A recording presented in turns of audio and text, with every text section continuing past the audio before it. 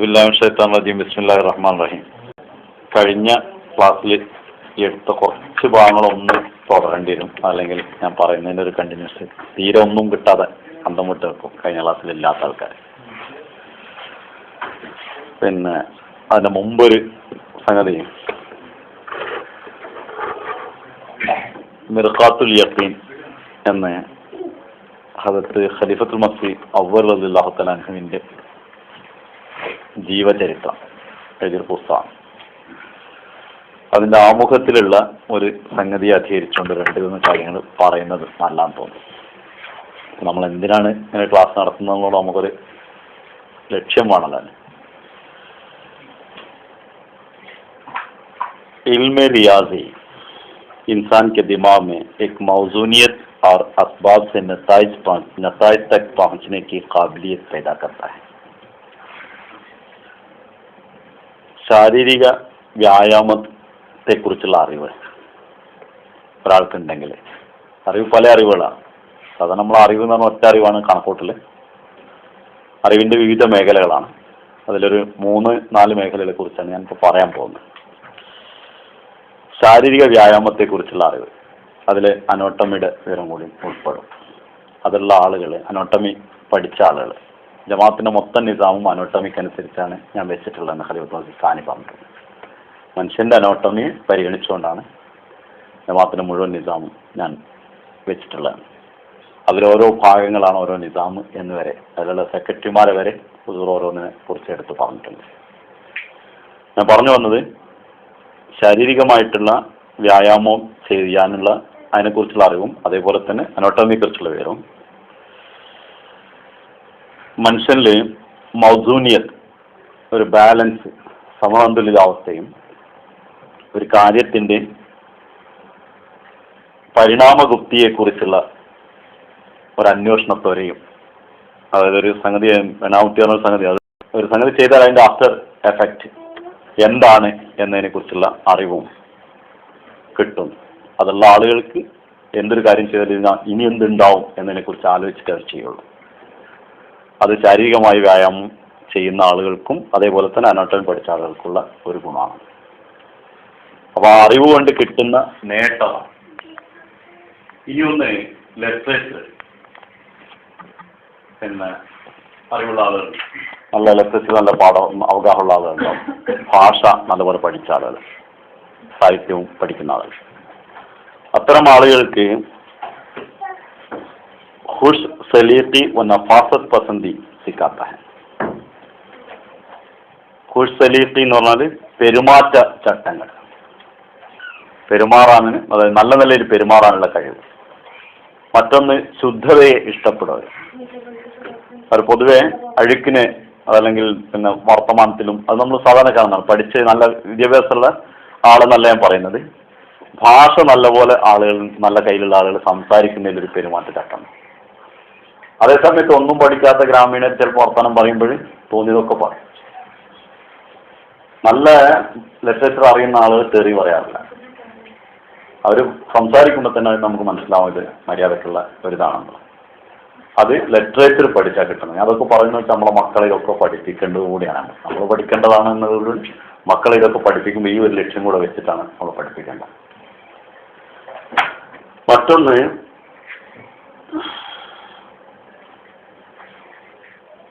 ഇൽമെ തബിയ. ഇൽമെ തബിയ എന്ന് പറഞ്ഞാൽ പ്രകൃതിയെ കുറിച്ചുള്ള വിവരം. അതിൽ ആ കാലഘട്ടത്തിൽ ഇത് പറയുമ്പോൾ സുവോളജി അതിൽ തന്നെ പെടും, ബോട്ടണി അതിൽ തന്നെ പെടും, ജോഗ്രഫിയുടെ ഒരു ഭാഗം അതിൽ പെടും. സുവോളജിയും ബോട്ടണിയും സഹായിക്കുന്ന ജോഗ്രഫി അതിൽ പെടും. പ്രകൃതിയെ കുറിച്ചുള്ള മൊത്തത്തിലുള്ള വിവരം അത് കിട്ടുന്ന ആളുകൾക്ക് സക്കാവത്ത് और बारीक बीनी पैदा करता है. സക്കാവത്ത് എന്ന് പറഞ്ഞാൽ സൂക്ഷ്മമായിട്ട് പിന്നുള്ള ബുദ്ധിശക്തി, കാര്യങ്ങൾ പിന്നെ അവഗാഹമായിട്ട് ചിന്തിക്കുന്ന സ്വഭാവം. ബാരിക് ബീനി പറഞ്ഞാൽ സൂക്ഷ്മദൃക്ക്, അതായത് പിന്നെ കാര്യങ്ങൾ ഒരാൾ വർത്തമാനം പറയുമ്പോൾ എന്തിനാണിത് പറയണമെന്നുള്ളൊരു തോന്നൽ അയാൾക്കുള്ള, അതിൻ്റെ തല കിട്ടും. സാധനം താൻ തുടങ്ങിയാൽ തന്നെ സംഗതി ഇന്നാന്ന് കിട്ടും. അത് നാച്ചുറൽ പ്രകൃതിയെക്കുറിച്ച് പഠിച്ച ആളുകൾക്ക് അതിലേക്ക് കിട്ടുമെന്ന് പറയുന്നു. ഇനി മറ്റൊരു പ്രധാനപ്പെട്ട, ഇതിന് പല ശാഖകൾക്കും പല ഗുണങ്ങളാണ്. നമ്മളിപ്പോൾ പഠിക്കുന്നത് അഖ്ലാഖിനെ കുറിച്ചുള്ള ഇതാണ്. അത് സ്വഭാവം, ഉത്കൃഷ്ടഭാവം എങ്ങനെ ഉണ്ടാക്കാം, അതല്ലെങ്കിൽ ഉത്കൃഷ്ടഭാവത്തിന് വിരുദ്ധമായ കാര്യങ്ങൾ നമ്മുടെ ശരീരത്തിൽ നമ്മുടെ ജീവിതത്തിൽ നിന്ന് എങ്ങനെ ഒഴിവാക്കാം.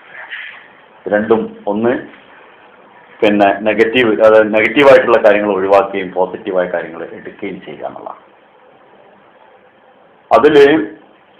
അതുകൊണ്ട് കിട്ടുന്ന ഗുണം, ദുഷ്ടലാക്കില്ലാത്ത മനുഷ്യന്മാർ, അതായത് മറ്റൊരുത്തനെ ദ്രോഹിക്കണം, വഞ്ചിക്കണം, ചതിക്കണം ഇങ്ങനെയുള്ള ചിന്തയില്ലാത്ത മനുഷ്യന്മാർക്ക് അവരുടെ ഇടയിൽ നാം പ്രീതരായി മാറും എന്നുള്ളതാണ്.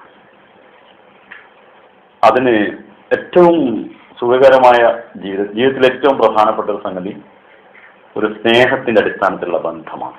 ഒരു കുടുംബത്തിലാണെങ്കിലും വീട്ടിലാണെങ്കിലും രണ്ട് സുഹൃത്തുക്കൾ തമ്മിലാണെങ്കിലും എന്താണെങ്കിലും മറ്റെന്ത് ബന്ധങ്ങളുണ്ടെങ്കിലും സ്നേഹത്തിന്റെ അടിസ്ഥാനത്തിലുള്ള ഒരു ബന്ധമാണ് ഏറ്റവും എന്നും നിലനിൽക്കുന്നതും നഷ്ടപ്പെട്ടാൽ സങ്കടം ഉണ്ടാവുന്നതും ഒക്കെയുള്ള ഏറ്റവും വിലയുള്ള ഒരു സംഗതി അതാണ്. ഈ ബന്ധം ഉണ്ടാക്കുന്നത് ഉത്കൃഷ്ടഭാവങ്ങളാണ്. അത് നമ്മൾ എത്ര ഉത്കൃഷ്ടഭാവമുള്ള ആളാണെങ്കിലും ചില ആളുകൾക്ക് അത് പിടിക്കൂല. അതിന് കാരണം എന്താ വെച്ചാൽ അവരുടെ വാക്കിൽ ബേസറ അല്ല, മറ്റുള്ളവരെ ദ്രോഹിക്കണം എന്നുള്ള ചിന്തയുള്ള ആളുകളാണ്.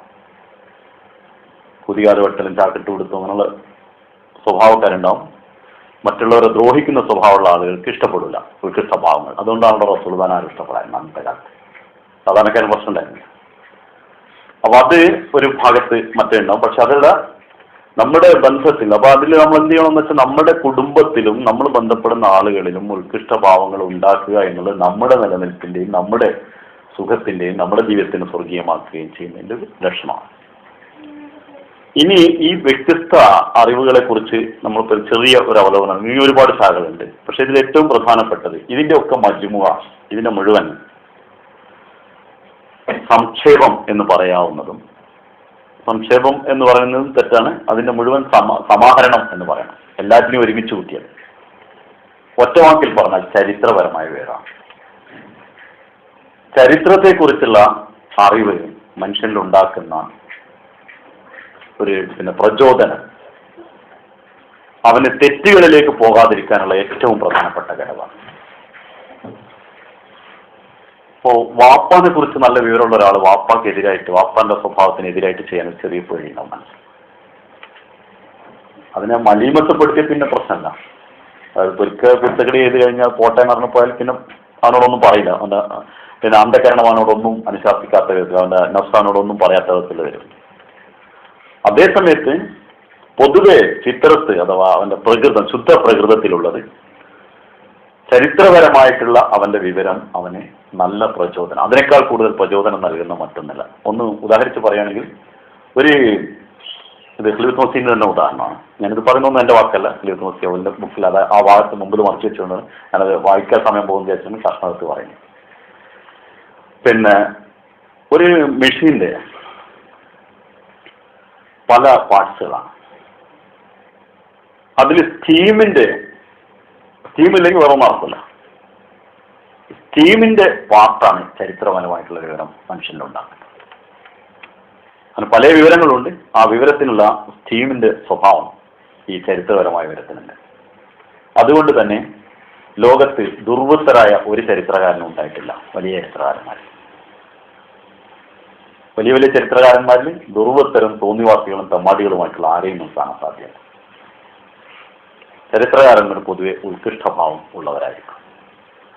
അതവർ ചരിത്രം പഠിക്കുന്നതിന്റെ അവരുടെ നമ്മളിതൊക്കെ പഠിക്കുമ്പോൾ നമ്മളിൽ തന്നെ നമ്മളറിയാതെ ഉണ്ടാകുന്ന മാറ്റങ്ങളാണ്. ഇതൊന്നും ഇപ്പൊ നമ്മൾ മനഃപൂർവ്വം അങ്ങനെ ഉണ്ടാക്കണം വിചാരിച്ച് പഠിക്കണമല്ല. പഠിക്കുമ്പോൾ അതിന്റെ എന്തുണ്ടായാലും ഒരു റിയാക്ഷൻ ഉണ്ടാവില്ല. ആ റിയാക്ഷൻ നമ്മുടെ ശരീരത്തിൽ ഉണ്ടാവുന്ന, നമ്മുടെ സ്വഭാവത്തിൽ ഉണ്ടാകുന്ന മാറ്റമാണ്. അപ്പൊ ഇൽമിന്റെ ഘട്ടം എന്നുള്ള പഠനത്തിന്റെ ഈ ഘട്ടം ഒരു സ്ഥലത്തും അവസാനിപ്പിക്കാതെ അതേത് മേഖല എത്ര വൃത്തികെട്ട അറിവാണെങ്കിലും അത് ആവശ്യമാണ്. ലോകത്തിൽ ഏറ്റവും വൃത്തികെട്ട അറിവാണെങ്കിലും അതും കിട്ടുകയാണെങ്കിൽ അത് എടുക്കണമെന്നാണ് ഹിന്ദുസ്ഥാനി പറയുന്നത്. അറിവ് എന്ന നിലയിൽ അത് നമ്മൾ എടുക്കണം. അതിന്റെ മാർഗം വൃത്തികെട്ടതാവരുത് എന്ന് മാത്രം. വൃത്തികെട്ട അറിവ് എടുക്കാൻ വേണ്ടിയിട്ട് വൃത്തികെട്ട സ്ഥലത്ത് പോയി ഇരിക്കലല്ല. നല്ല സ്ഥലത്തിരുന്നുകൊണ്ട്, നമ്മൾ ഇരിക്കുന്ന സ്ഥലത്തിരുന്നുകൊണ്ട് വൃത്തികെട്ട ഏത് അറിവിനെ നമുക്ക് ആർജിക്കാവുന്നതാണ്. പക്ഷെ അതെന്തിനു വെച്ചാൽ അതിന് രക്ഷപ്പെടാൻ അതിൻ്റെ പിന്നെ ഇൻഫ്ലുവൻസ് ഉള്ള, സ്വാധീനമുള്ള ആളുകളുടെ ദുസ്വാധീനത്തിൽ നിന്ന് നമ്മൾ രക്ഷപ്പെടാൻ വേണ്ടി നമ്മൾ രക്ഷപ്പെടണം. അത്തരം അറിവുകൾ, അത്തരം പിന്നെ സ്വഭാവക്കാരുള്ള ആളുകളിൽ നിന്നും നമ്മൾ രക്ഷപ്പെടണം, അല്ലെങ്കിൽ നമ്മൾ കുടുങ്ങിപ്പോകും. ഇനി കഴിഞ്ഞ ക്ലാസ്സിൽ പറഞ്ഞ ഒരു ചെറിയൊരു കാര്യം ഒന്ന് ആവർത്തിക്കേണ്ടതുണ്ട്. ഈ പുസ്തകത്തിൽ ഞാനിപ്പോൾ ഇതിന് അധികരിച്ചെടുക്കുന്ന പുസ്തകം മിൻഹാജ് താലിബിനാണ്. പക്ഷെ അത് മനസ്സിലാക്കാൻ വേണ്ടി ലേശം അങ്ങോട്ടും ഇങ്ങോട്ടും വൈഡായിട്ട് പോകേണ്ടി വരുന്നതാണ്. കാരണം ഖലീൽ തോമസ് സാനി പറയുന്നത് എൻ്റെ പുസ്തകങ്ങളിൽ ഏറ്റവും ടഫ് മലായിക്കത്തൂയാണ്, അത് കഴിഞ്ഞ ഇതാണ്. ഏറ്റവും 140 പുസ്തകങ്ങളുള്ളതിൽ ഏറ്റവും ടഫ് പുസ്തകം മിൻഹാജ് താലിബിനാണ്, രണ്ടാമത്തെ പുസ്തകം എന്ന് പറയുന്നു. അപ്പൊ അതിനെ മനസ്സിലാക്കണമെങ്കിൽ അല്പം ഇത് പറഞ്ഞു കാരണം എന്താ, ഇത് പറഞ്ഞത് ഹുദൂർ പ്രസംഗിക്കുന്നത് സഹാബത്തിനോടാണ്. അവരൊരുപാട് ആത്മീയമായിട്ട് ഉയർന്ന ആളുകൾ, അവർക്ക് പറയുന്ന ഭാഷയിലാണ് പറയുന്നത്. അന്നത്തെ ഹുദൂറിന്റെ ഓഡിയൻസിൽ നമ്മളെ പോലത്തെ ആൾക്കാരില്ല, അവരതിന് ഡെപ്തിൽ മനസ്സിലാക്കുന്ന ആളുകളെ. അപ്പൊ നമുക്ക് സഹാബത്ത് കേട്ട മൽഫൂദാത്തും മസീമോദിന്റെ തെർബിയത്തും അവലിന്റെ തെർബിയത്തും എല്ലാം ഉൾക്കൊള്ളുന്ന ഒരു മേഖലയിലേക്ക് കയറിയിരുന്നു കൊണ്ട് ഇതിനെ മനസ്സിലാക്കാൻ പറ്റും. അതുകൊണ്ടാണ് ഞാൻ കുറച്ച് വൈഡാവെന്ന് പറഞ്ഞ് പോകുന്നത്. ആ മേഖലയെ ഒന്ന് ചിലത് മനസ്സിലാത്ത ഭാഗങ്ങൾ തേടി പിടിക്കേണ്ടി വരും. അതിനു വേണ്ടി കൂടെയാണ് ഞാനിപ്പോൾ ഇതിന് ആദ്യം ഈ ഒരു രംഗെടുത്തത്. ഇതില് എല്ലാ സ്വഭാവങ്ങളും, നമ്മുടെ സ്വഭാവങ്ങൾക്ക് 6 ഘടകങ്ങളാണ് ഉള്ളതെന്ന് പറഞ്ഞു. ഭൗതികമായിട്ടുള്ള 6 ഘടകങ്ങൾ. അതില് കളറ് പോലെ, 2 കളർ കൂടുമ്പോൾ വേറെ കളർ ഉണ്ടാകുന്നത് പോലെ ആ ഘടകങ്ങൾ 2 കൂടുമ്പോഴോ ഒന്നൊറ്റക്കോ പല വിധത്തിലുള്ള വ്യത്യാസം ഉണ്ടാകും. അപ്പൊ ഞാനത് എണ്ണാതെ അതിന്റെ ഉദാഹരണങ്ങൾ പറഞ്ഞു വരികയാണെങ്കിൽ പെട്ടെന്ന് മനസ്സിലാവും. ഉദാഹരണമായിട്ട് ഞാൻ പറഞ്ഞിരുന്നു, ഓരോ ഒന്നുകൂടെ തന്നെ എടുത്തു പറയുന്ന ഒരു ഷഡ്ഭുജങ്ങളുള്ള, അതായത് 6 സൈഡുകളുള്ള ഒരു കട്ട മനസ്സിലാക്കരുത്. അത് ഏതൊരു കട്ട എടുത്താൽ, ചതുരത്തിലുള്ള ഒരു കട്ട എടുത്താൽ 6 സൈഡ് ഉണ്ടാവും. ഒന്ന് മേലെ, ഒന്ന് താഴെ, വലത് ഇടത്. ഞാൻ അതിനെ കുറിച്ച് പറയുമ്പോൾ മുമ്പ് പിന്നെ. അപ്പം വലതും ഇടതും 2, മുമ്പും പിന്നും 2, 4, താഴെ മേലെ 6. ഇങ്ങനെയുള്ള 6 അംശങ്ങളുള്ള കോശങ്ങളാണ്, സ്വഭാവത്തിന്റെ അംശങ്ങളുള്ള കോശങ്ങളാണ് നമ്മുടെ ശരീരത്തിലുള്ളതൊക്കെ. ഇത് പ്രകൃതിയിൽ കാണുന്ന എല്ലാ സസ്യങ്ങളിലും, ഖരജ പദാർത്ഥ സാധാരണ വസ്തുക്കളിലും, മെറ്റീരിയൽ എല്ലാത്തിലും അത് ഉൾക്കൊള്ളുന്നതാണ്. അതിന്നൊക്കെ ഉണ്ടായിട്ടുള്ള അഷ്റഫുൽ മഖ്ലൂഖാത്ത്, ഏറ്റവും ടോപ്പിലുള്ള മനുഷ്യനാണ്. ആ മനുഷ്യനിൽ ഇതിൻ്റെയൊക്കെ സ്വഭാവമാണുള്ളത്. അപ്പോൾ ശരീരത്തിൽ ഇരുമ്പ് എത്ര, ചെമ്പെത്ര, സൾഫർ എത്ര, മറ്റു ധാതുക്കൾ എത്ര എന്നുള്ള കണക്കുണ്ട്.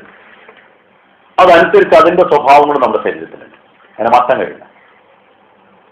ഇതില് 6 ഘടകങ്ങളാണ് ഏറ്റവും പ്രധാനപ്പെട്ട സ്വഭാവം, പ്രധാനമല്ല ഉള്ളത്, ആകെ ഉള്ളത് 6 അതിന്റെ വ്യത്യസ്ത കോമ്പിനേഷനുകളാണ് നാം പറഞ്ഞു വന്നത്. അതിൽ ഒന്ന് ഹുദൂറിന്റെ ടെക്നിക്കൽ ടേംസിൽ ജസ്ബ് മേല്, അതായത് ഒരു വസ്തുവിനെ ആകർഷിക്കുവാനുള്ള കഴിവ്.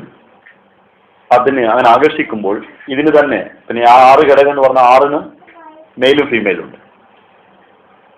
അതിൽ ഒന്നാണ് ജസ്ബ് മേല്, ഒരു ഘടകമാണ്. അതിൽ ജസ്ബ് എന്നുള്ളത് ആകർഷിക്കാനുള്ള കഴിവ്, അതിലുള്ള മെയില്. ഫീമെയിൽ എന്ന് പറയുന്നത് ആകർഷിക്കപ്പെടാനുള്ള കഴിവ്, അതിലേക്ക് ചായാനുള്ള കഴിവ്.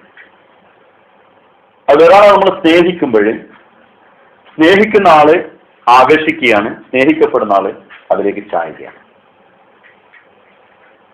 സ്നേഹം എന്നുള്ളതിൽ ഉദാഹരണമായിട്ട് ഒരാള് സ്നേഹിക്കുന്നു, ആ സ്നേഹം അനർത്ഥമായിട്ടുള്ളതാണെങ്കിൽ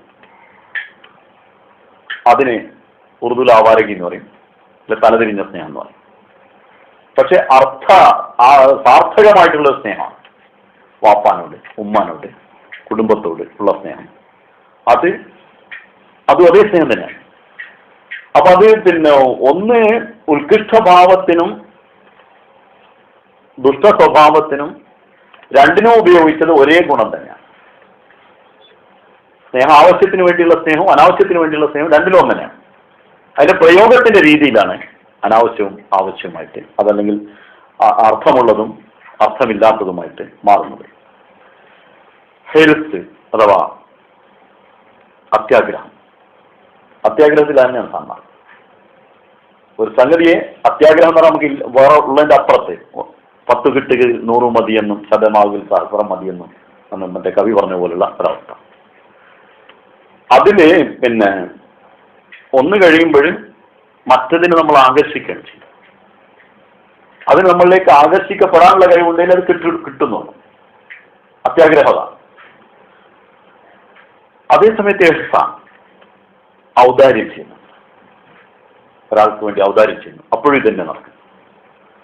നമ്മൾ അവരിലേക്ക് ആകർഷിക്കപ്പെട്ടതുകൊണ്ടാണ് നമുക്കത് ചെയ്യാൻ കഴിയും. ആ ഇഹ്സാന്റെ പരിണിതി എന്താണ്? അവർ നമ്മളിലേക്ക് ചായുന്നത്. അപ്പൊ നല്ല ഗുണങ്ങളും തീയ ഗുണങ്ങളും ഒരേ സ്രോതസ്സിൽ നിന്ന് തന്നെയാണ് ഉണ്ടാകുന്നത്. അതിന്റെ ഉപയോഗത്തിലാണ് നന്മയും തിന്മയുമായി മാറുന്നത്. ഇനി ഭീരുത്വം വളരെ മോശപ്പെട്ട ഒന്നായിട്ടാണ് ഖുർആൻ എടുത്ത് പറയുന്നത്. യുദ്ധത്തിൽ പിന്തിരിഞ്ഞോടുക, ഒരു ജമാഅത്ത് പ്രോഗ്രാം ഉണ്ടാകുമ്പോൾ അതിൽ പങ്കെടുക്കാതിരിക്കൽ ഭീരുത്വമാണ്. യുദ്ധ മുഖത്ത് നിന്ന് ഒരാൾ പിന്തിരിഞ്ഞോടിയാൽ എന്താണോ സംഭവിക്കുക അത് തന്നെയാണ് സംഭവിക്കുന്നത്. ബുദ്ധിലി എന്നാണ് അതിനെ ഉറുദുവിൽ പറയുന്നത്. ഞാൻ ഉറുദു പറയുന്നവരോടുണ്ട് എൻ്റെ ഇടയിൽ കൂടെ പോയിക്കോട്ടെ എന്ന് വിചാരിച്ചിട്ടാണ്. ആ ഭീരുത്വം തന്നെയാണ് തഖ്വയും. നമ്മളൊരു സംഗതിയെ ഭയന്നിട്ട് അവിടുന്ന് മാറി നിൽക്കുന്നതാണല്ലോ ഭീരുത്വം. അവിടെ പോയപ്പോൾ എനിക്ക് ഇന്ന നഷ്ടമുണ്ട്, അല്ലെ ഇന്ന അവിടെ നടക്കൂല എന്ന് പറഞ്ഞാൽ മാറി നിൽക്കുന്നതിനാണ് ഭീരുത്വം എന്ന് പറയുന്നത്. യുദ്ധത്തിനെ പേടിച്ചിട്ടാണ് പുറകോട്ട് നിൽക്കുന്നത്. തഖ്വ എന്നുള്ളതും നമ്മൾ സുഹൃദ് എന്ന് അതിന് ഭാഷയിൽ പറയുന്ന സാത്വികത എന്ന് പറയുന്നതും ഒരു സംഗതിയെ ഭയന്ന് മാറി നിൽക്കുന്നതാണ്. അപ്പൊ രണ്ടും ഒന്ന് തന്നെയാണ്. ഇത് രണ്ടും വരുന്നത് ദഫ് ഇറാസ് എന്ന 2 ഗുണത്തിലാണ്. തട്ടി മാറ്റാനുള്ള കഴിവും മാറ്റുമ്പോൾ മാറാനുള്ള കഴിവും. ഇപ്പൊ ഈ കണ്ണാടി അങ്ങനെ തട്ടി വിട്ടാൽ ഇത് അങ്ങോട്ട് പോകാനുള്ള കഴിവ് കണ്ണാടിക്ക് വേണം, തട്ടാനുള്ള കഴിവ് എനിക്കും വേണം. അപ്പൊ ദഫ് ഇറാസ് ഒന്നിനെ തട്ടി മാറ്റുകയും അത് മാറുകയും ചെയ്യുക. ഒരാളെ വധിക്കുന്നു എന്ന് വിചാരിക്കട്ടെ, അല്ലെങ്കിൽ കൊള്ളയടിക്കുന്നു, പിന്നെ പക ഉള്ളിൽ വെക്കുന്നു, വൃത്തികെട്ടതിൽ ഏറ്റവും വലിയ വൃത്തികെട്ട, അത് തനിക്കെതിരുള്ള ഏറ്റവും വലിയ തിന്മയാണ്. വേറൊരാളോട് പക വെച്ചാൽ നമുക്ക് ആരാണ് പക വെച്ച ആൾക്കല്ലാത്ത വേറെ ആർക്കും ഒന്നുകൊണ്ടൊരു ഗുണം. അതിനെ ഖലീഫത്ത് മസീദ് സാനി മനഃശാസ്ത്രപരമായിട്ട് അവലോകനം ചെയ്തിട്ട് അയാൾ ഭ്രാന്ത് വരാവുന്നതാണ്. പകന് പിന്മരീത്തിലെയും അയാൾക്ക് ഭ്രാന്ത് വരാവും. ചില ഭ്രാന്തുകൾ അറിയുന്ന ഭ്രാന്താണ്, ചില അറിയാത്ത ഭ്രാന്താണെന്ന് മാത്രമേ ഉള്ളൂ. എല്ലാ ഭ്രാന്തന്മാരെയും നമുക്ക് തിരിച്ചറിയും. വയലന്റ് ആകുമ്പോൾ നമ്മൾ തിരിച്ചറിയും, വയലന്റ് ആകാത്ത ഭ്രാന്താണ് നമുക്ക് തിരിച്ചറിയില്ല. അയാളുടെ സ്വഭാവം എന്ന് പറയും. അപ്പോൾ ഏതായാലും പിന്നെ ഇതിലുള്ള ഒരു സംഗതിയും ഇതിന്റെ ഏത് ഘടകമാണെന്ന് ഞാൻ പറഞ്ഞില്ല. ഇഫ്നാൾ ഫനാൾ എന്ന് ഒരു ഘടകം പറഞ്ഞു. ഒരു സംഗതിയെ പിന്നെ ഇല്ലാതാക്കാനുള്ള കഴിവ് അഥവാ സംഹരണ ശക്തി, അത് ഇല്ലാതാകാനുള്ള കഴിവ്. കാരണം എൻ്റെ കൈനെ ഈ നിൽക്കുന്ന കൈ ഇവിടെ നിന്ന് ഇങ്ങോട്ട് മാറ്റിയാൽ ഈ നിൽക്കുന്ന അവസ്ഥ ഇല്ലാതായി. അതാവാനുള്ള കഴിവ് എൻ്റെ കൈനും വേണം, ഞാൻ മാറ്റുന്ന എനിക്കും വേണം. ഫന ഇഫ്ന, നമ്മുടെ പിന്നെ അള്ളാന്റെ മാർഗത്തിൽ തന്നെ ഫന ചെയ്യലു അങ്ങനെ തന്നെയാണ്, തന്നെ ഇല്ലാതാക്കാനുള്ള കഴിവാണ്.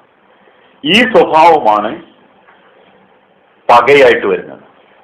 വേറൊരുത്തന്റെ സാധനം അവനോട് പക വരുമ്പോൾ എന്താണ്, അവല്ലാതാവണമെന്നുള്ള ചിന്തയാണ്. അവൻ എന്തെങ്കിലും ഒരു സാധനം ഇല്ലാതെ പറഞ്ഞാൽ അവല്ലാതാവാനുള്ള ചലനാണ്. അതേപോലെ തന്നെ കൊള്ളയടിക്കുമ്പോഴും അത് തന്നെയാണുള്ളത്, ഒരാളെ കൊല്ലുമ്പോഴും അത് തന്നെയാണുള്ളത്. പക്ഷെ തന്നെ റബ്ബിന്റെ മാർഗത്തിൽ ഒരാൾ ഷഹീദാക്കുകയാണെങ്കിലും അത് തന്നെയാണ്. രണ്ടും ഒരേ സ്വഭാവമാണ്. പക്ഷെ ഇപ്പൊ നമ്മൾ ചന്ത കൊടുക്കുമ്പോഴും അത് തന്നെയാണ്, നമ്മളൊരാൾക്ക് വേണ്ടി ഖിദ്മത്ത് ചെയ്യുമ്പോഴും അത് തന്നെയാണ്. ആ സ്വഭാവത്തിൽ നമ്മൾ ഫന എന്നുള്ള സ്വഭാവം നമ്മൾ എടുക്കുമ്പോഴാണ്, അതായത് സംഹരിക്കുക എന്നുള്ള സ്വഭാവം നമ്മൾ എടുക്കുമ്പോഴാണ് അതിന്റെ ഫീമെയിൽ എന്ന സംഹരണം എന്നുള്ള പ്രക്രിയയുടെ രണ്ടൂടെ ഒരേ സമയത്ത് സൈമൾട്ടേനിയസ് രണ്ടൂടെ പോകുമ്പോഴാണ് ഈ സംഭവങ്ങൾ നടക്കുന്നത്. ഇനി ഇൽഹാർ ലുഹൂർ, തക്കബ്ബുർ, അഹംഭാവം, പ്രകടിപ്പിക്കുക, പ്രകടമാവുക. അപ്പോൾ പ്രകടമാക്കാനുള്ള അത് എല്ലാ കോശത്തിലുള്ള 6 സ്വഭാവങ്ങളെ കുറിച്ചാണ് ഞാൻ പറഞ്ഞു വരുന്നത്. ഒന്നിനെ പ്രകടമാക്കാനുള്ള കഴിവും പ്രകടമാകാനുള്ള കഴിവും. വാസ്തവത്തിൽ തബ്ലീഗ് ചെയ്യുന്നത് ഈ കഴിവുണ്ടാണ്. നമ്മളെ പ്രകടിപ്പിക്കുകയാണ്, അള്ളാഹുവിന്റെ മഹത്വത്തെ പ്രകടിപ്പിക്കുകയാണ് ചെയ്യുന്നത്. അള്ളാഹുവിന്റെ മാർഗത്തിൽ ജിഹാദ് ചെയ്യുന്നതും അങ്ങനെ തന്നെ. അതേ സമയത്ത് അഹംഭാവിക്കുന്നതും അങ്ങനെ തന്നെ. അഹംഭാവിക്കുന്ന ഒരാളോട് അഹംഭാവം കാണിക്കുകയാണെങ്കിലും അതന്നെയാണ് സ്വഭാവം കാണുന്നത്. ഒരാളുടെ രഹസ്യത്തെ പരസ്യമാക്കുകയാണെങ്കിലും ഇതേ സ്വഭാവക്കാരനാണ്. ന്യൂനതകൾ എടുത്ത് പുറത്താക്കുന്ന ആൾ. അതിന് ആർക്കും അനുവാദമില്ല. വേറെ തന്നെ അവനാണ് ന്യൂനത പോലും അതിന്റെ ഇടയിൽ ഞാൻ ആ കൈകൊണ്ട് എടുത്തു പോകണം. അവനവന്റെ ന്യൂനത പോലും മറ്റൊരുത്തിനോട് പറയാനുള്ള അധികാരം അള്ള കൊടുത്തിട്ടില്ല. അള്ള മറച്ചു വെച്ചതിനെ വെളിപ്പെടുത്തുന്നവൻ അവനെ വെളിപ്പെടുത്തിയാൽ അവന്റെ മുഴുവൻ പർദ്ദയും അള്ള വെട്ടിക്കീറും എന്നാണ് ഹദീസിലുള്ളത്. ചില ആൾക്കാർ ഞാൻ അങ്ങനെ തിന്മ ഇതിങ്ങനെ പശ്ചിമയിലേക്ക് പറയും. അതിന് സ്വന്തം തിന്മ പോലും മറ്റൊരുത്തിനോട് വെളിപ്പെടുത്താനുള്ള അനുവാദം കൊടുത്തില്ല. കാരണം അത് നടന്ന ലോകം ഉണ്ടാവില്ല. നമ്മൾ ഉസ്മാനൊക്കെ പറഞ്ഞ് ഉള്ളിലുള്ളതൊക്കെ നെറ്റത്തെ എഴുതിക്കണ്ട, ദുനിയാവിലൂടെ നിൽക്കാൻ പറ്റില്ല. അപ്പൊ അത് വെളിപ്പെടുത്താനുള്ള മറ്റൊരുത്തന്റെ അടുത്ത് കെട്ടണം. മറ്റൊരുത്തൻ്റെ ആണെങ്കിൽ അള്ള പറഞ്ഞത് ഒരുത്തന്റെ തിന്മ വെളിപ്പെടുത്താൻ മെനക്കെട്ടാൽ അവന്റെ എല്ലാ തിന്മകളെയും അള്ള പുറത്തിടുന്നു. പുറത്തിടാതെ അള്ള അവനെ മരിക്കാൻ സമ്മതിക്കില്ല. അത് ഉള്ളതിനെ കുറിച്ചാണ് പറയുന്നത്, ഇല്ലാത്തതിനെ കുറിച്ചുള്ള ചർച്ചയില്ല ഞാൻ ചെയ്യുന്നത്. ഞാൻ വിഷയത്തിലേക്ക് പോകുന്നില്ല.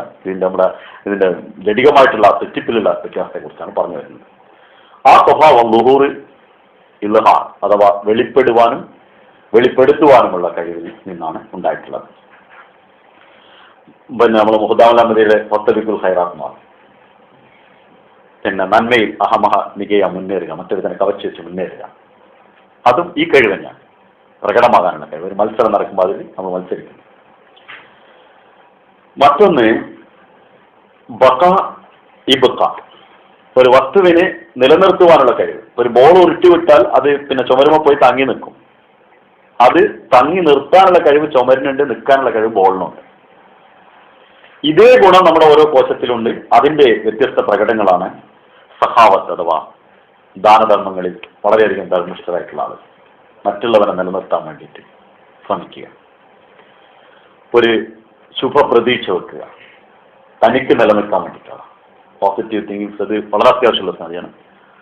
ഒരു കാര്യത്തിൽ, എന്തൊരു കാര്യത്തിലും പോസിറ്റീവ് അല്ലാത്ത ഒന്ന് ആലോചിക്കുന്നുണ്ടെങ്കിൽ അത് അവന് ഒരു കാര്യമില്ല. നെഗറ്റീവായിട്ട് എന്തെങ്കിലും ആലോചിച്ചിട്ടുണ്ടെങ്കിൽ ലോകത്ത് അവനെ കൊണ്ട് വേറുള്ളവനും ബുദ്ധിമുട്ടാണ്, അവനും ബുദ്ധിമുട്ടാണ്. അതെന്തെങ്ങനെ, ഇതെന്ത് അങ്ങനെ, അതെങ്ങനെയും ആയിക്കോട്ടെ. ഒരുത്തനെ ചില ആളുകൾക്ക് രാത്രി നിന്നിട്ട് ഇങ്ങനെ ആലോചിക്കും, അതെന്താണ് ഇതങ്ങനെ. രാത്രി ആലോചിച്ചിട്ട് ഒരു ചുക്കും ചെയ്യല്ല, നേരം കൊടുത്തിട്ട് ചെയ്യാണ്ടാവുള്ളൂ. ഇത് അന്തിക്ക് ഇരുന്ന് ആലോചിച്ചിട്ട് ഉറക്കം കളഞ്ഞൊന്നല്ലാതെ ഒന്നും ചെയ്യല്ല. നേരം വെളുത്തിട്ട് ചെയ്യാനുള്ള പണി അന്തിക്ക് ആലോചിച്ച് കടന്നു കണ്ട് ചെയ്യാനോട് പറ്റൂല, രാവിലെയും പറ്റൂല. അതിനെക്കുറിച്ച് ആലോചിച്ചിട്ടൊരു കാര്യമില്ല. അപ്പൊ ഞാൻ പറഞ്ഞു വന്നത്, ഈ സ്വഭാവം പിന്നെ ബഖ, നമ്മളെ നിലനിർത്താനുള്ള കഴിവ് നമ്മുടെ ശരീരത്തിൽ ഓരോ കോശത്തിനുണ്ട്. അതിനെതിരായിട്ടുള്ളതാണ് ഈ കുത്തനുള്ള ചിന്തകൾ, നെഗറ്റീവ് ചിന്താഗതി. അടുത്തത് ഇഖ്ഫ ഖഫ, ഒരു സംഗതിയെ മറക്കാനുള്ള കഴിവ്, മറയാനുള്ള കഴിവ്. മറയെന്ന് പറഞ്ഞാൽ പിന്നെ പർദ്ദത്ത് മറക്കല്, മറ്റേ പിന്നെ ഒരു സംഗതി മറന്നുപോലല്ല, ഒരു സംഗതി മറച്ചു പിടിക്കൽ. അതിന് ഘോഷ എന്തായാലും പറയും, മറന്ന മലയാളം എനിക്കറിയില്ല, അതും തിരിഞ്ഞു മനസ്സിലാക്കേണ്ട ഇഷ്ടമാണ്. അത് ആ കഴിവിലാണ് തവക്കുലുള്ളത്. തവക്കുൽ, ഒരു കാര്യത്തെക്കുറിച്ച് പൂർണ്ണമായിട്ടുള്ള കോൺഫിഡൻസോട് കൂടിയിരിക്കില്ല, അള്ളാഹുവിന്റെ പ്രതീക്ഷ വെച്ചിരിക്കുന്നത് ഈ കഴിവുണ്ടാണ്. വരുന്ന ഏത് കാര്യത്തെ നമ്മൾ മറച്ചു വെച്ച് അള്ളാഹുലേക്ക് അത് പരമേൽപ്പിക്കുക. അതേ സമയത്ത് പിന്നെ ലജ്ജ അതിലുള്ളതാണ്. ലജ്ജാഭാവം അല്ലെങ്കിൽ ആ സംഗതി ആ കോശത്തിന് നഷ്ടം സംഭവിച്ചതാണ്.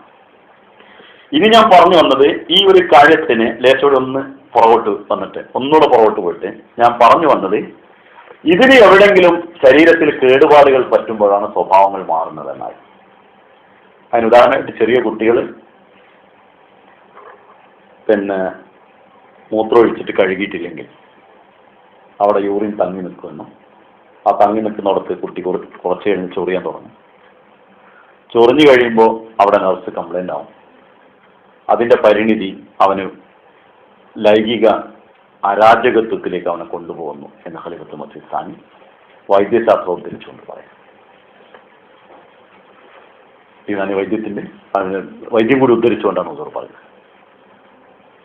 പിന്നെ ഒന്നിച്ച് ഭക്ഷണം കഴിക്കുന്ന വീട്ടിൽ സാമൂഹികമായിട്ട് ഒരുമിച്ച് വർക്ക് ചെയ്യാനുള്ള ടോളറേഷൻ ഉണ്ടാവുന്നു. വലിയ കുട്ടിയുടെ കയ്യിൽ നിന്ന് ഒരു സാധനം കരയിന്ന് കണ്ടിട്ട് ചെറിയ കുട്ടിക്ക് വാങ്ങിക്കൊടുത്താൽ ആ ചെറിയ കുട്ടിയെ നാം കൊള്ളക്കാരനാക്കി മാറ്റുന്നു. മറ്റവന്റെ പിടിച്ചു വാങ്ങാനുള്ള ആ ടെൻഡൻസി അവന്റെ ശരീരത്തിൽ ഓരോ കോശത്തിനും ഉണ്ടായി കൊടുക്കുന്നു. ഇങ്ങനെ ചെറുപ്പത്തിൽ കേടുവരുന്ന രംഗങ്ങൾ ഈ 6 ഘടകങ്ങളെയാണ് ശരീരത്തിൽ ഓരോ കോശങ്ങളെയും കേടുവരുത്തുന്നത്. അവിടെ നിന്നാണ് തിന്മകൾ ഉത്ഭവിക്കുന്നത്. ഇതാണ് ഖലീഫത്തുൽ മസീഹ് സാനി അടിസ്ഥാനപരമായിട്ട് നമ്മുടെ മുമ്പാകെ വെക്കുന്ന സംഗതി. ഇതാണ് കഴിഞ്ഞ ക്ലാസ്സിലെടുത്ത് കുറച്ച് വിശദമായിട്ട് എടുത്തിരുന്നു. ആർക്കെങ്കിലും വേണമെങ്കിൽ അതൊന്ന് അതിന്റെ കാസറ്റ് എടുത്ത് കേട്ടാലും മതി. ബാക്കി ഇതിന്റെ കൂടെ നീങ്ങാൻ കഴിയും. ഇനി നമുക്ക് മനസ്സിലാക്കാനുള്ള സംഗതി, ഉത്കൃഷ്ട സ്വഭാവമുള്ള ആളിന് ആരെയാണ് പറയേണ്ടത്?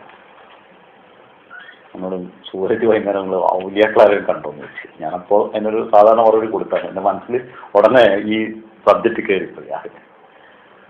ഉത്കൃഷ്ട ഭാവമുള്ള ആള് ആരാണ്? അത് ഖുർആൻ പറയുന്നത് അതിനൊരു നിർവചനം. നമ്മൾ സാധാരണ പറയുന്നത് എന്താണ്?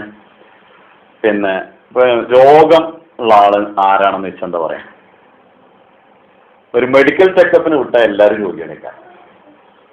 പൊതുവെ നോക്കിയ രോഗമില്ലാത്ത കുറെ ആൾക്കാരുണ്ട്. അപ്പൊ അതിന്റെ അടിസ്ഥാനത്തിൽ ഖുർആൻ പറയുന്ന ഒരു വാക്ക്, അമ്മാമൻ സഖുലത് മവാസിനുഹു ഫഹുവ ഫീ ഈശത്തി റാദിയ വഅമ്മാമൻ ഖഫത് മവാസിനുഹു ഫഉമ്മുഹു ഹാവിയ. ആരുടെ കർമ്മ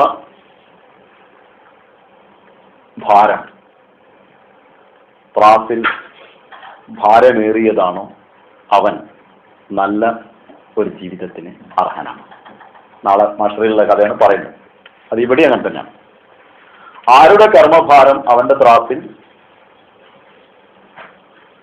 കനം കുറയുന്നുവോ അവൻ അവന്റെ ജീവിതത്തിൽ ഉമ്മുഹു ഹാവിയ, അവന്റെ ഹാവിയാണ് അവന്റെ ഉമ്മ. അതായത് ഹാവിയ എന്ന നരകാണെന്ന് പറയും. ഉമ്മ എന്ന് പറയാൻ കാരണം എന്താണ്? ഉമ്മാന്റെ ഗർഭാശയത്തിൽ ഒരു കുട്ടി ഇരുന്ന് അവിടുന്ന് പുറത്തു വന്നു കഴിയുന്നത് വരെ അതിനൊരു അന്ധകാരമുണ്ട്. അതേപോലെ ഒരു അവസ്ഥ അവൻ അനുഭവിക്കേണ്ടി വരും നരകത്തില്. അവസാനം അവൻ അവിടുന്ന് പുറത്തു വരും, പക്ഷെ ആ സമയത്ത് അവൻ നരകം അനുഭവിക്കേണ്ടി വരും. അതൊരു ട്രീറ്റ്മെന്റാണ്. അത് ഈ ലോകത്തും അങ്ങനെ തന്നെയാണ്. അല്ല, നമ്മൾ പലപ്പോഴും അവനെ ശിക്ഷിച്ചു നോക്കുക, അങ്ങനെയുള്ള സംഗതി ചെയ്യും. നമുക്കുള്ള ഉമ്മാന്റെ ഗർഭാശയത്തിൽ കിട്ടുന്ന പരിചരണമാണ് നമ്മൾ ചെയ്തൊരു തിന്മ ചെയ്ത അതിന് വേണ്ടിയിട്ട് അള്ള ഒരു വാർത്ത ഒതുക്കിയത്. ആ ഒരു അതും കാരുണ്യമാണ്. അള്ള ഒരിക്കലും ഈ ചുട്ടുകരിച്ചിട്ട് അള്ളക്കൊന്നും കിട്ടാൻ ഈ മുഷ്തെഹാക്കം, പിന്നെ നീ ഒരു മണ്ണിന്റെ കട്ടയാണ്, നിനക്ക് പുറത്തു തരാൻ വേറെ ഞാനെന്താ ചെയ്യുന്നത് മസിമതിനോടാവാം. മണ്ണിന്റെ കട്ടയായ മനുഷ്യ, നിനക്ക് പുറത്തു തരാൻ ഞാൻ നിന്നെ എന്ത് ചെയ്യണം? ചേക്കണം, വേറെ എന്താ എനിക്ക് ചെയ്യാനുള്ളത്? ഒരു ഫാസി ഇൽഹാമാണ് മസിമനുണ്ടായത്. അപ്പൊ മനുഷ്യനോട് അള്ളാഹുള്ള ആ കരുണ, അതിന്റെ അടിസ്ഥാനത്തിൽ അള്ള പറയുന്നത് ഭാരമേറിയ കർമ്മങ്ങളിൽ സൽക്കർമ്മങ്ങൾ അധികമായി ചെയ്യുന്ന ആള് ആരാണ്? അവരാണ് ഉത്കൃഷ്ടഭാവം ഉള്ള ആൾ. അത് ഓരോരുത്തരും റസൂലുള്ളാഹിനെ വെച്ചാൽ നോക്കുന്നുണ്ടാവില്ല. ഞാനൊരിക്കങ്ങനെ ഇരുന്നിട്ട് ഒരു വലിയൊരു പ്രശ്നത്തെ അഭിമുഖീകരിക്കും. എൻ്റെ പേഴ്സണൽ ലൈഫിൽ ഞാൻ പറയാം, എനിക്കെന്തിനത് പറ്റിയെന്ന് തോന്നി. അപ്പോ ഞാൻ ചെയ്ത നന്മകൾ എന്ന് പറഞ്ഞിട്ട് ഞാൻ ആലോചിച്ചാണ്, ഞാൻ ചെയ്ത തിന്മകൾ. അപ്പൊ തിന്മ ആലോചിച്ചപ്പോ പേടിയാവും. അപ്പൊ നന്മ ആലോചിക്കാന്ന് വിചാരിച്ചു. ഞാനൊരു ഭാവനയിൽ ഇങ്ങനെ, പിന്നെ ഞാൻ എൻ്റെ കാര്യം വിട്ട് ഞാൻ പിന്നെ വേറെ ലൈനിലെത്തി. ഭാവനയിൽ ഞാൻ തോന്നാണ് ഒരു 200 പേജ് പുസ്തകം എടുക്കാം, എന്നിട്ട് നമ്മൾ ചെയ്ത നന്മയൊക്കെ എഴുതി വെക്കാം. അങ്ങനെ ഏത് നന്മ ഫസ്റ്റ് ചെയ്ത് ഇങ്ങനെ എടുത്ത് എഴുതണോ? അത് തൗഹീദിനെ കുറിച്ച് എഴുതാൻ കുറച്ച് പ്രയാസമാണ്. അടുത്ത് എടുത്തിട്ട് നിസ്കാരമാണ് ഏറ്റവും നല്ലത്, നിസ്കാരം എഴുതാം. ജീവിതത്തിലെ ഓർമ്മ വെച്ച് ഇന്നേ വരെ നിസ്കാരം ഒന്നും ഒഴിവാക്കിയിട്ട് ഓർമ്മല്ല, ഒന്നും ഒഴിവാക്കിയതായിട്ട് തോന്നുന്നില്ല. നിസ്കരിക്കണം എന്ന് ഉമ്മയും ബാപ്പയും പറഞ്ഞ അന്ന് മുതൽ ഇന്നവരെ അതിനൊന്നും ഒഴിവായിട്ടില്ല. അപ്പൊ അത് എഴുതാം എന്ന് വിചാരിച്ചാൽ നിസ്കാരത്തിന്റെ ഒരു ഗുണമുണ്ട്. ഇന്നത്തലാത്ത തെൻഹാനിൽ ഫഷായി വൽമുൻകർ. നിസ്കരിക്കുകയാണെങ്കിൽ അത് നിജ കാര്യങ്ങളിൽ നിന്നും തീയ കാര്യങ്ങളിൽ നിന്നും അള്ളാഹുവിനെ അകറ്റുന്നു. നിസ്കാരം എന്ന് പറയുമ്പോൾ അള്ളാഹിനെ കിട്ടുന്ന അവനുമായിട്ടൊരു സമ്പർക്കമാണ്. അതിന്റെ ഒരു ലംഹ അഥവാ ഒരു സെക്കൻഡ് ഒരാൾക്ക് അതിന്റെ യഥാർത്ഥ രുചി കിട്ടിക്കഴിഞ്ഞാൽ അവന്റെ ജീവിതത്തിൽ അവൻ നിസ്കാരത്തിനോട് വെറുപ്പുണ്ടാവില്ല എന്ന് നസീമത് പറയും. അപ്പൊ അതിന്റെ അടിസ്ഥാനത്തിൽപ്പെട്ട എത്ര നിസ്കാരത്തിലുണ്ട് എന്ന് നോക്കാൻ ആദ്യം നമ്മൾ ബാജമാത്ത നിസ്കാരം നോക്കിയില്ല, അത് വളരെ കുറവായിരിക്കും ഉണ്ടാവും. അത് കഴിഞ്ഞ് സമയത്ത് നിസ്കരിച്ച് നോക്കി, അതും കുറവാണ്. അപ്പൊ ഈ ഒരു വിധത്തിൽ നമസ്കാരത്തിന്റെ അത്യുന്നത പദവിയിൽ എത്തുന്ന ആ നമസ്കാരം നമുക്ക് കിട്ടിയിട്ടുണ്ടോ വെച്ചാൽ അത് ഇതിൽ എഴുതാൻ പറ്റില്ല. ഏറ്റവും കൂടുതൽ ചെയ്ത കർമ്മം അതാണ്. അതേ ഇതിൽ എഴുതാൻ പറ്റില്ല, പിന്നെ ബാക്കിയുള്ളതിന് എഴുതാനത് പറ്റും. അപ്പൊ അക്കോലത്തിൽ ആലോചിച്ച ഒന്നും ഉണ്ടാവില്ല. അതേ സമയത്ത് അതിലേക്കുള്ള ഇപ്പൊ ഒരാള് മല കയറിയിട്ടില്ല എന്ന് പറഞ്ഞുകൊണ്ട് അടിയിൽ കൊടുത്ത് കരയേണ്ട ആവശ്യമില്ല. അയാൾ മലമ കയറിക്കൊണ്ടിരുന്ന പോലെ, അയാൾ എല്ലാവരും മല കയറിപ്പോയി, അയാൾ കയറിക്കൊണ്ടിരിക്കുകയാണ്. പിന്നെ അവിടെ എത്തുമ്പോഴല്ലേ എത്തുള്ളൂ. അതിന് മുമ്പ് പിടിച്ചുകൊണ്ട് മല കയറി കരഞ്ഞിട്ട് കാര്യമില്ലല്ലോ. നമ്പൂരി അട്ടിമാര് വണ്ടിയിൽ ഓടേണ്ട ആവശ്യമില്ലല്ലോ. വണ്ടി കയറിയിട്ട് വേഗത്താനാണ് പറഞ്ഞിട്ട് വണ്ടിയിൽ അങ്ങോട്ട് ഓടിത്തരാം നമ്പൂരി. അത് നടക്കുന്ന കാര്യമാണ്. നമ്മൾ ആ രംഗത്തേക്ക് ഇറങ്ങിക്കഴിഞ്ഞ് നമ്മളിൽ ഉത്കൃഷ്ട ഭാവങ്ങൾ അധികവും തിന്മയിൽ നിന്ന് നമ്മൾ മാറി നിന്ന് നമ്മൾ നല്ലതാണ്. അങ്ങനെ നമുക്ക് മറ്റുള്ളവരെയും കാണണ്ടുള്ളൂ. അത്തരം ആളുകൾ അള്ളാഹു വലിയുല്ലദീനാമനു, അങ്ങനെ വിശ്വാസിച്ച് പ്രവർത്തിക്കുന്ന ആൾ അള്ളാന്റെ വലിയാക്കളാണെന്ന് അള്ളാഹ് പറയും. നമ്മളെന്തിനെ ഒഴിവാക്കുന്നു? അപ്പം നന്മ കൂടുതലുള്ള ആളുകളാണ് ഉത്കൃഷ്ട അഖ്ലാഖുള്ള ആള്, അഥവാ ഉത്കൃഷ്ട ഭാവങ്ങളുള്ള ആളെന്ന് ഖലീഫത്തുൽ മസീഹ് സാനി ഖുർആൻ അടിസ്ഥാനത്തിൽ നിർവചിക്കുന്നു. ഇനി ഒരു സംഗതി, ഏറ്റവും പ്രധാനമായിട്ടുള്ള സംഗതി, ഈ ക്ലാസിന്റെ മർമ്മം എന്നതിനെ കുറിച്ച് പറയാം. എല്ലാവരെയും മനസ്സിലുള്ള ഒരു പ്രശ്നമാണ്. ഉണ്ടോന്ന് വെച്ചാൽ ഉണ്ടല്ലേ നിങ്ങളാ പറയണ്ടേ. നമ്മളങ്ങനെ അഖ്ലാഖിന്റെ ഇസ്ലാഹ് അഥവാ അഖ്ലാഖ് നമ്മുടെ സ്വഭാവ സംസ്കരണം സാധ്യമാണോ? നമ്മൾ ചോദിച്ചു നോക്കിയാൽ സാധ്യമാണെന്ന് പറയും. ഒന്നുകൂടി ഒന്ന് പറഞ്ഞെന്ന് ചോദിക്കാം, എനിക്ക് പറ്റുമെന്ന് ചോദിക്കാം. അപ്പൊ നേരെ കുത്തനെ വെട്ടാം. ദുനിയാവിലുള്ള എല്ലാ സാധനവും ഞാൻ പലപ്പോഴും ക്ലാസ് എടുത്തിട്ട് എന്നോട് പറഞ്ഞിട്ട് ഇത് എന്തോസിയാസ് അല്ലാതെ ഇത് നടക്കണ കാര്യമാണോ എന്ന് ചോദിക്കാറുണ്ട്. ഒരാൾ വളരെ കണ്ണ് വെള്ളം നടത്തിട്ട് പറഞ്ഞേ ഇത് നടക്കുമെന്ന്. കൊച്ചിയിൽ ഒരു ക്ലാസ് എടുത്ത് വരുമ്പോൾ കുറെ കാലം 10-15 കൊല്ലങ്ങൾക്ക് മുമ്പാണ്. അന്ന് ഈ ബുക്ക് എൻ്റെ കൈ കിട്ടിയിട്ടില്ല. പക്ഷെ മസിമോദിൽ ഒരു കൊട്ടേഷൻ ഉണ്ടായിരുന്നു. ഞാൻ പറഞ്ഞു നടക്കും എന്ന് പറഞ്ഞു. സാധാരണ എല്ലാ നല്ല കാര്യങ്ങളും മറ്റവർക്ക് വേണ്ട എനിക്ക് വേണമെന്ന് നമ്മൾ പറയും. ഈ ഒരു നല്ല കാര്യം മാത്രം മറ്റവർക്ക് നടന്നോട്ടെ നമുക്ക് വേണ്ടാന്ന് തോന്നും. ലൈഫിൽ അങ്ങനെയാണ് അനുഭവം. ഇത് ക്ലാസ് എടുക്കാൻ രസമാണ്, അതുകൂടി നടക്കാനുള്ള പണിയാണ്. അതാലോചിച്ചാൽ ഇപ്പൊ തന്നെ പേടിയാവും, ഇവിടെ തന്നെ നിർത്തിക്കാൻ പോകും. അത്രയും പ്രയാസകരമാണ്. പക്ഷേ മസീമോദ് അലൈഹി സ്വലാത്തു വസ്സലാമിന്റെ ഇൽമുൽ കലാം, മസീമോദിന്റെ സാഹിത്യങ്ങളിലുള്ള മോജിദത്തുകളിൽ ഏറ്റവും പ്രധാനപ്പെട്ട മോജിദത്ത്, ഞാൻ അനുഭവിച്ചറിഞ്ഞ മോജിദത്ത് എന്ന് പറയും, മനസ്സിലാക്കിയത് വളരെ പ്രധാനപ്പെട്ട ഒരു മോജിദത്ത് മസീമോദ് പറഞ്ഞ ഈ വാക്കാണ്. അതായത് ബാക്കി എന്തോ ആവട്ടെ, ഖുറാന്റെ അത്ഭുതങ്ങളും മറ്റൊക്കെ മസീമോദ് പറഞ്ഞിട്ടുണ്ട്. പക്ഷെ ഈ പറഞ്ഞത് നമ്മളെ സംബന്ധിച്ച്, നമ്മൾ സ്വന്തം, ഇത് മറ്റൊക്കെ കിതാബ് ഓതിയിട്ട് അങ്ങനെയല്ല, ഇത് നമ്മളെ ഓതിയിട്ട് നമ്മളെ ആത്മാവിനെ കുറിച്ചും നമ്മുടെ ശരീരത്തെക്കുറിച്ചും നമ്മുടെ സ്വഭാവത്തെക്കുറിച്ചും നമ്മുടെ സാഹചര്യത്തെക്കുറിച്ചും നമ്മളെ കുറിച്ച് ഓതിയിട്ട് പിന്നെ മസീമോദ് അലൈഹി സ്വലാത്തു വസ്സലാമിന്റെ ബുക്ക് ഓതുമ്പോഴാണ് അതിന്റെ യഥാർത്ഥത്തിലുള്ള മനസ്സിലാകുന്നത്. മസീമോദ് പറയുന്നു, യഥാർത്ഥം കരോ ഹം ഗുനാഗാർ, ഞങ്ങൾ പാപികളാണ് എന്ന് നിങ്ങൾ ഒരിക്കലും ചിന്തിച്ചുകൊണ്ടിരിക്കേണ്ട. ഹമാരി ദുആ ക്യോं കബൂൽ ഹോ, ഞങ്ങളുടെ പ്രാർത്ഥനകൾ എങ്ങനെ സ്വീകാര്യമാകും എന്ന് നിങ്ങൾ വേവലാതിപ്പെടേണ്ട ആവശ്യമില്ല. ഇൻസാൻ ഖത കർത്താ ഹൈ മഗർ ദുആ കെ സാത്ത് ആഖിർ നഫ്സ് പർ ഗാലിബ് ആ ജാതാ ഹൈ. മനുഷ്യൻ ഇത് ഓരോ വാക്കും അങ്ങനെ തന്നെ ആലോചിച്ച് അങ്ങനെ തന്നെയാണ് നടക്കേണ്ടത് എന്നൂടെ മനസ്സിലാക്കണം. മനുഷ്യൻ അബദ്ധങ്ങൾ ചെയ്യുന്നു, എന്നാൽ ദുആയോട് കൂടി ദുആ ചെയ്തുകൊണ്ട് തൻ്റെ നഫ്സിന്റെ മേൽ അവന് ആധിപത്യം സ്ഥാപിക്കാൻ കഴിയും. അവനെ അതിജയിക്കുന്നു, തൻ്റെ നഫ്സിനെ അവൻ അതിജയിക്കുന്നു. ആ നഫ്സ്കൊപ്പാൽ കരുതേത്ത നഫ്സിനെ കാലിനടിയിൽ ചവിട്ടി മെതിച്ചു കളയും. അത് ഉദ്ദേശിക്കുന്നത് ദോഷപ്രണമായ നഫ്സിനെയാണ്. क्योंकि खुदा ताला ने इंसान के अंदर ये कुव्वत भी फितरतन रख दी है कि वो नफ्स पर गालिब आ जाए. കാരണം അള്ളാഹു മനുഷ്യന്റെ പ്രകൃതത്തിൽ തന്നെ, അവന്റെ പ്രകൃതത്തിൽ തന്നെ നിക്ഷിപ്തമാക്കിയിട്ടുള്ള ഒരു സംഗതി അവന്റെ നഫ്സിന്റെ മേലെ അവൻ അതിജയിക്കണം എന്നുള്ളതാണ്. നഫ്സിന്റെ മേലെ അവൻ അതിജയിക്കുന്ന ഒരു സ്വഭാവം അവന്റെ പ്രകൃതത്തിൽ തന്നെ അള്ളാഹു ഇട്ടിട്ടുണ്ട്. क्यों देखो पानी की फितरत में ये बात रखी गई है कि वो आग को बुझा दे. നോക്കുക, പിന്നെ വെള്ളത്തിന്റെ പ്രകൃതത്തിൽ, ജലത്തിന്റെ പ്രകൃതത്തിൽ അഗ്നിയെ തണുപ്പിക്കുക എന്ന, അതിനെ കെടുത്തുക, അണക്കുക എന്ന ഗുണമാണ് വെച്ചിട്ടുള്ളത്. पानी को कैसा गर्म करके गर्म करो और आग की तरह करो, फिर भी जब वो आग पर पड़े तो जरूर है कि वो आग को बुझा दे.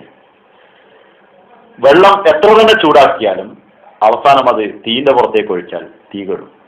വെള്ളം ചൂടുള്ളതാണെന്നുള്ളത് അതിന് പ്രശ്നമില്ല, അത് തീന്റെ പുറത്തേക്ക് ഒഴിച്ചാൽ അത് കെടും. जैसा कि पानी की फितरत में बुर्दत है, ऐसा ही इंसान की फितरत में पाकीज़गी. വെള്ളത്തിന്റെ പ്രകൃതത്തിൽ ശീതീകരണം, തണുപ്പിക്കുക എന്നുള്ള ഗുണമുള്ളതുപോലെ തന്നെ മനുഷ്യന്റെ പ്രകൃതത്തിൽ അല്ലാഹു വിശുദ്ധത വെച്ചിട്ടുണ്ട്. സൃഷ്ടിച്ചത് ശുദ്ധനായിട്ടാണ്. അതിനെ തുറന്നു പറയുന്നു, और हर एक शख्स में जो खुदा ताला ने पाकीज़गी का मादा रख दिया हुआ है, ഓരോ മനുഷ്യനും ഒരൊറ്റ ആളെ അത് ഒഴിവാക്കിയിട്ടില്ല. ഏത് ആറ് കേടിയാണെങ്കിലും അതിനെ ഒഴിവാക്കിയിട്ടില്ല. എല്ലാ മനുഷ്യനും പരിശുദ്ധനാവുക എന്നുള്ള ആ തന്മയെ അള്ളാഹു അവൻ വെച്ചിട്ടുണ്ട്. ഞങ്ങൾ പാപങ്ങളിൽ അകപ്പെട്ടവരാണ് എന്ന് വിചാരിച്ചൊരിക്കലും ലേവലാതിപ്പെട്ടു പോകരുത്. ഗുനാ ഉസ്മേൽ കി തരാ ജോ കപ്പടെ പാപത്തി, പാപം എന്നുള്ളത്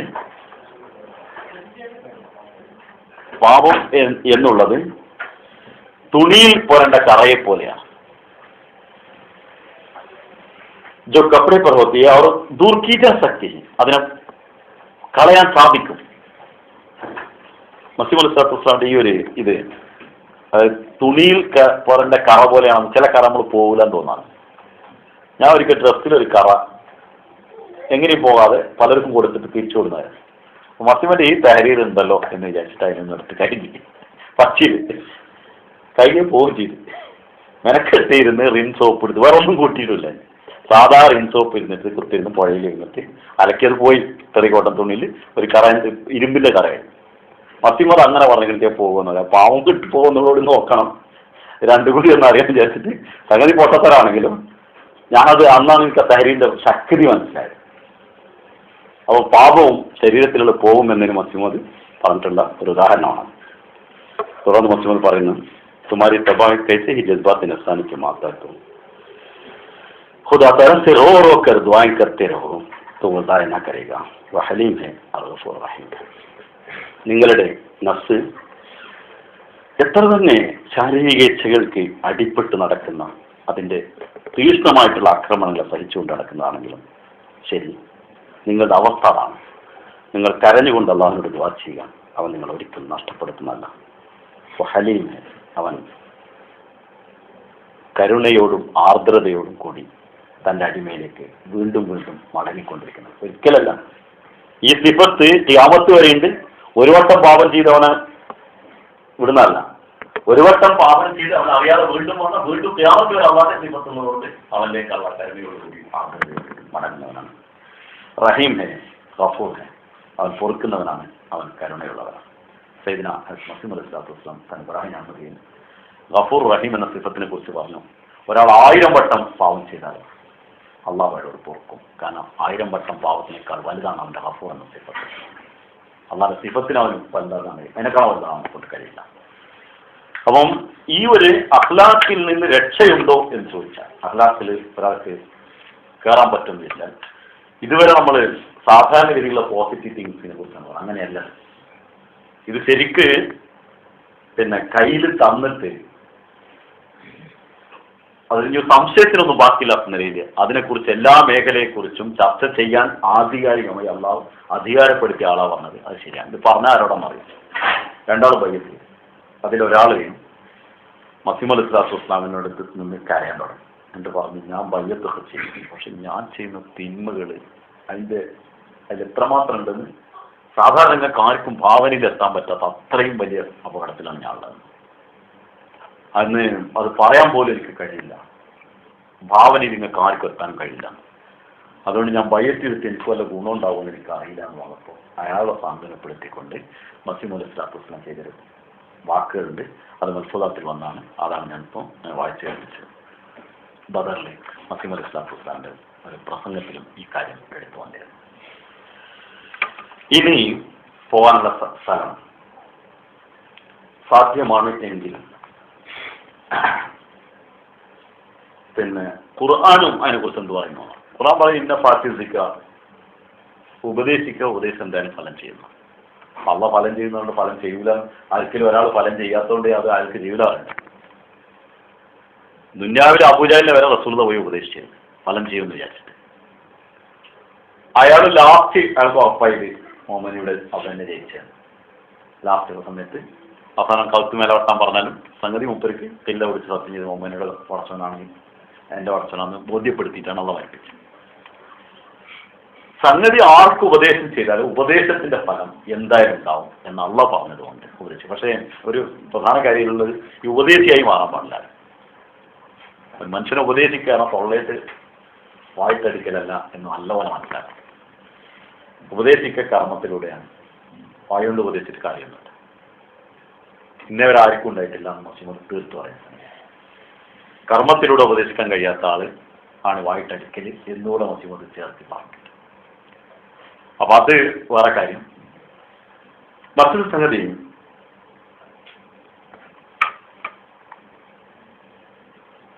മനുഷ്യന്റെ പ്രകൃതം പൊതുവെ ഇത് നമ്മൾ ശരിയാവുന്ന പറഞ്ഞല്ലോ. അപ്പൊ ഇനി നമുക്കുള്ള സംശയം എന്താ വെച്ചാൽ മനുഷ്യന്റെ പ്രകൃതം പൊതുവെ തിന്മയിലേക്കാണല്ലോ എന്നൊരു തോന്നല്.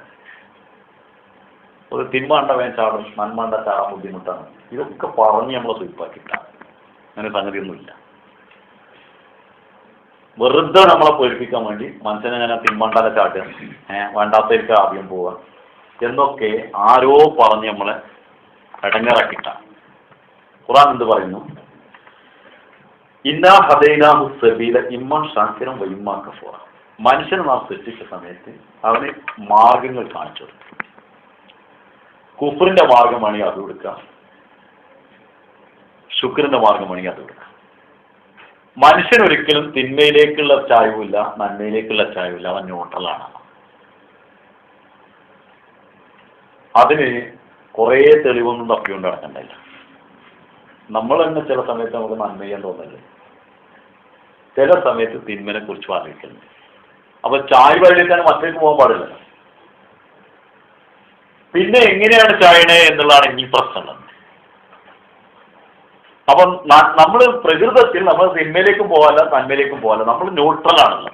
നമുക്ക് തന്നുള്ള ഞാൻ നേരത്തെ പറഞ്ഞ 6 കഴിവുകൾ തന്നുവിട്ട് അതിനെ കുട്ടിക്കാലത്തെ കേടുവരുത്തിയത് കുറേ ഉണ്ട്. അതൊന്നും രക്ഷ ഉണ്ടെന്ന് മസീമത് പറഞ്ഞു. അതെങ്ങനെയാന്നുള്ളതിനെ ഓരോന്നോരോന്ന് ഘട്ടം ഘട്ടമായി പോകണം.